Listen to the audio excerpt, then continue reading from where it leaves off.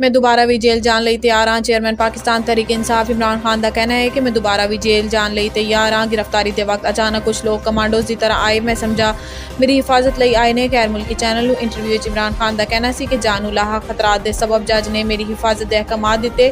जिस तरह इन्होंने सब नूं मारा पीटा तो मैनू गिरफ्तार किया, वो हैरान कुन सी। अज तक किसी सियासतदान से 150 मुकदमात नहीं हुए। इमरान खान का कहना सी कि पाकिस्तान जमहूरीयत कम तरीन सतह पर है, बुनियादी हकूक पामाल किए जा रहे हैं। पुलिस वाले मेरे घर का दरवाज़ा तोड़ के अंदर दाखिल होए। अदलिया वाहिद उम्मीद है, हुकूमत इंतखाबात तो खौफजदा है। इन्होंने पता है कि इन्हों का सफाया हो जाएगा। इंतखाबात मेरे जेल होन या मारे जाने की सूरत कराना चाहते हैं।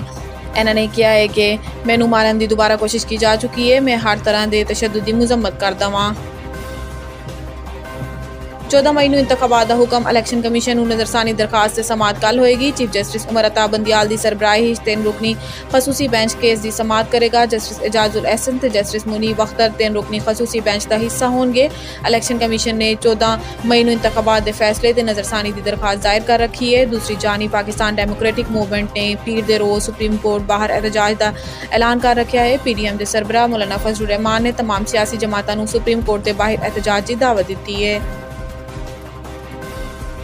हुशाबी सिक्योरिटी फोर्सेज के मुकाबले कलदम BLA का सरगना मारा गया। बलोचिस्तान के इलाके हुशाबी सिक्योरिटी फोर्सेज के मुकाबले कलदम BLA का सरगना उसमी उर्फ वफा मारा गया। 2 रोज़ कबल हुशाबी सिक्योरिटी फोर्सेज की कार्रवाइयाँ 6 दहशतगर्द हलाक हुए सी। जराए के मुताबिक उसमी मासूम शहरियों के सिक्योरिटी फोर्सेज से हमला मुलविस से। दूसरी जानिब FC कैंप मुस्लिम बाग शहीद 3 नौजवानों की नमाज जनाजा कोयटा गैरीजन अदा कर दी गई।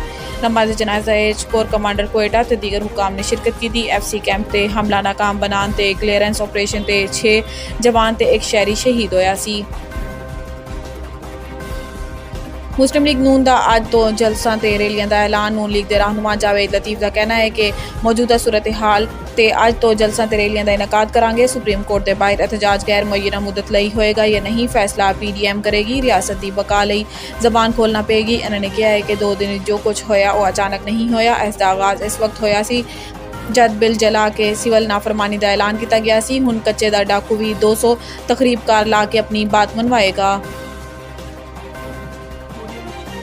PTI एहतजाज 9वीं ते 10वीं जमात के मुलतवी शुदा परचों का शेड्यूल जारी। इमरान खान की गिरफ्तारी तो बाद PTI के एहतजाजी मुजाहरों के बायस 9वीं ते 10वीं जमात के मुलतवी होने वाले परचों का शेड्यूल जारी कर दिता गया। लाहौर ते रावलपिंडी मुलतवी शुदा परचा जात हुण 17, 18 ते 19 मई को होंगे, जबकि पिशावर मुलतवी होने वाले पेपर्स 19 तो 23 मई के दरमियान मुनक्किद किए जाएंगे।